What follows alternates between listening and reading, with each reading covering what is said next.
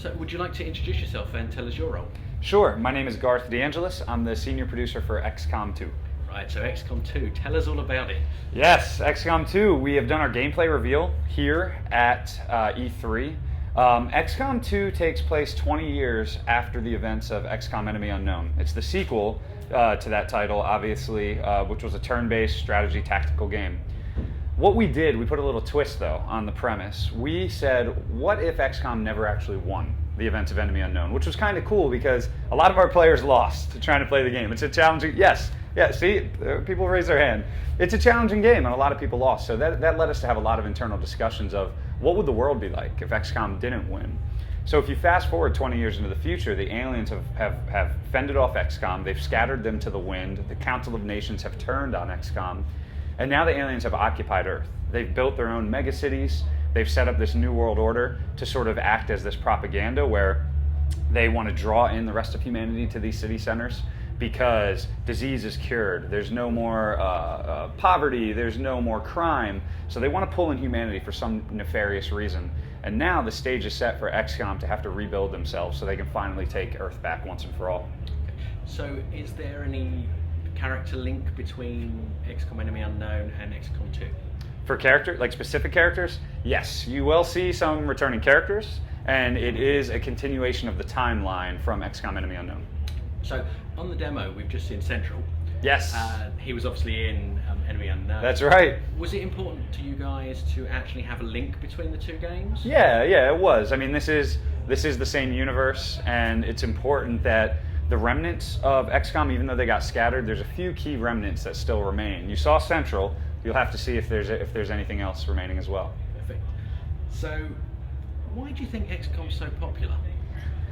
You know, that's a great question. I'm happy that it is because personally, I am just a huge fan. It's an honor to work on this franchise, and it's I don't think there's too many games out there quite like XCOM. It truly is its own beast. When you look at, we're technically under the strategy genre, but when you break it down, it's such a unique mixture of a lot of concepts where you have a high-level strategy game where there's this sweeping war and you're making a lot of decisions trying to build a resistance, but then you control everything, boots on the ground as well, with respect to all the firefights that you have with the aliens. And then you have the timeless nature of turn-based mechanics, which are they are so timeless. Combine that with the beauty of the art and the cinematics and the cameras. It really is this unique package that I don't think there's quite much out there like it. Copy.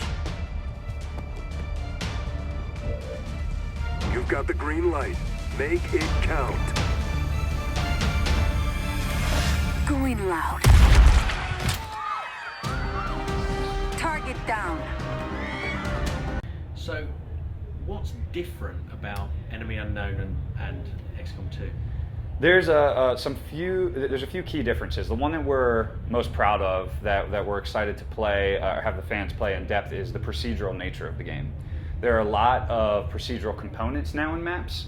In Enemy Unknown, we had static maps, and they were great. They were handcrafted, they were designed, but if you saw it again, it's the same exact layout. You're not going to have that experience anymore. Now the maps are going to have completely unique layouts, and it will be very rare, if not impossible, to see the same exact layout twice.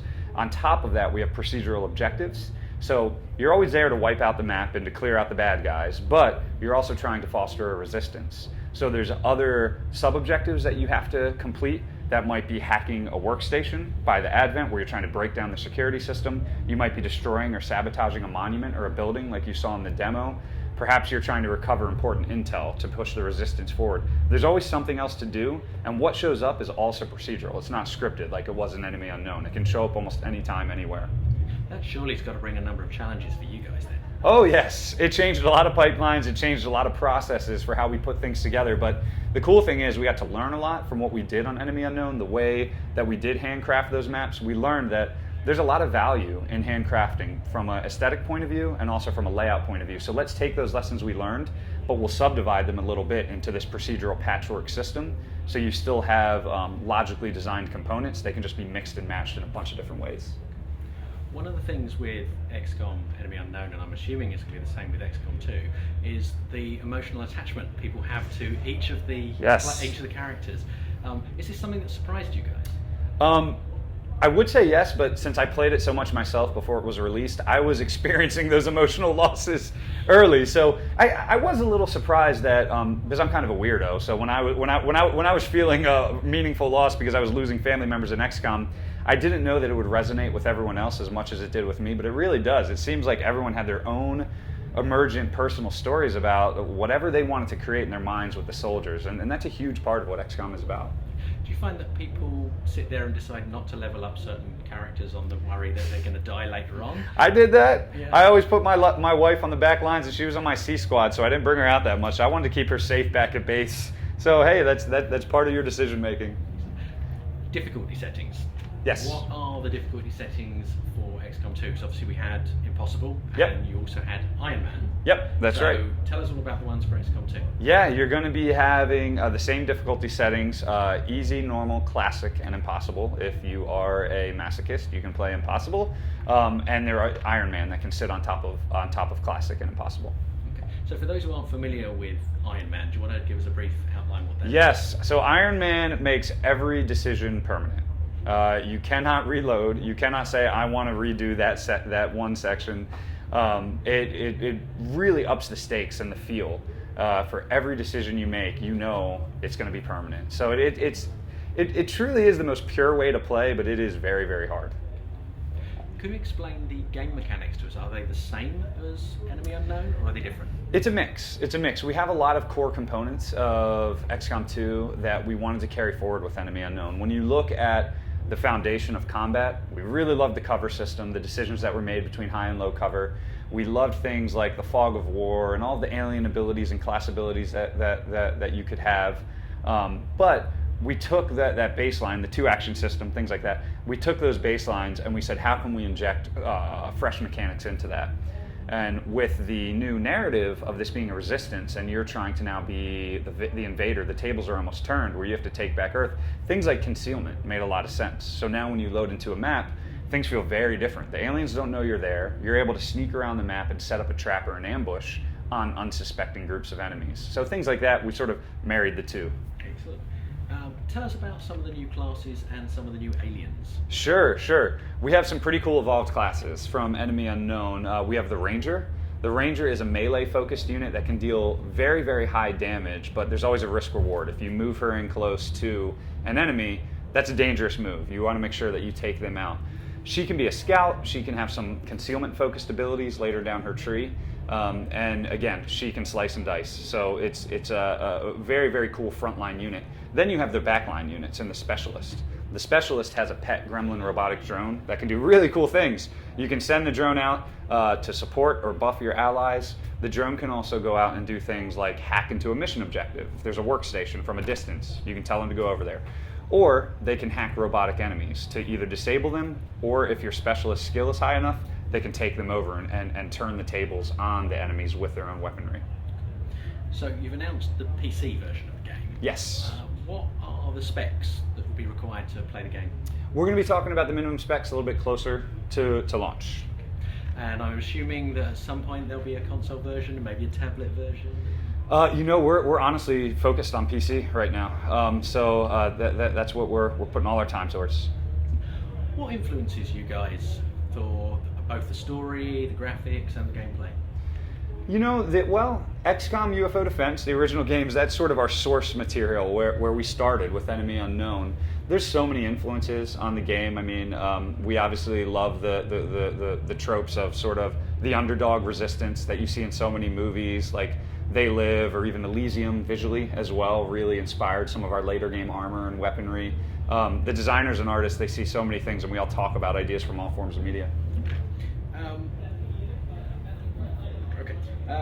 Some of the XCOM mechanics have obviously influenced Fallout Shelter that was announced this week. Oh. Bethesda. How do you guys feel about the fact that, I wouldn't say copy, that's not the right word, but obviously they've obviously based the game quite a lot on that, and it's now become the second most popular I heard that game. today. So how does that make you guys feel? It's flattering. It's flattering. That's very cool. I haven't played it yet myself, so I can't really comment on it too much, but that's pretty neat. Excellent.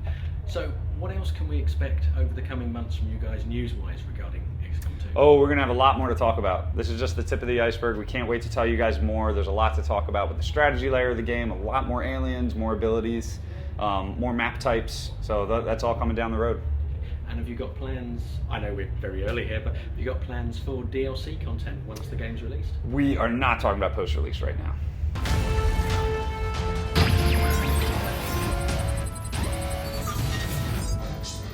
Attempting infiltration! Got it!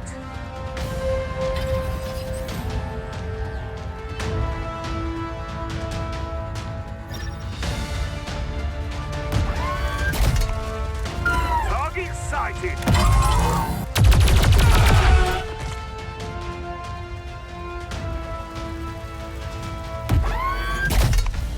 Going hot! So because we're PC focused, one of the core pillars that we wanted to deliver with XCOM 2 was a robust tool set. So the community can take those tools and mod to their heart's content for XCOM 2. XCOM 2 is a very system-driven game, and those are prime candidates for awesome modding when you look at big titles like Civilization or Skyrim, GTA 5. In the PC community, we can't wait to see what folks do with it, whether it's a total conversion, because we have the Unreal Editor, or if it's just partial modifications. We're going to be releasing gameplay source, so they can change alien numbers and abilities and things like that to make the game feel very different. We can't wait to see what people do with it. And a lot of people have been calling out for a remastered version of XCOM, Enemy Unknown. Have you got any plans to do that, or is it really now XCOM 2 is the focus? XCOM 2 is the focus right now. Excellent. So how do you think players are going to feel now? Because effectively, as you mentioned earlier, humans are now the invading. Yeah.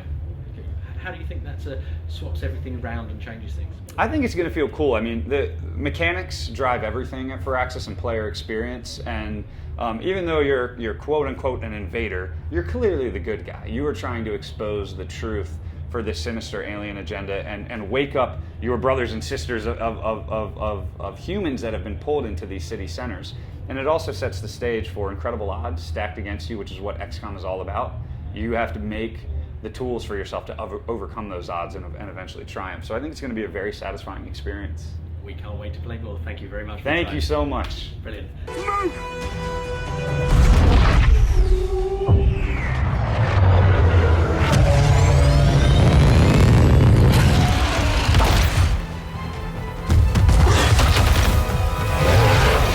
Thanks for watching. Why not subscribe to our YouTube channel by clicking on the link on the screen now.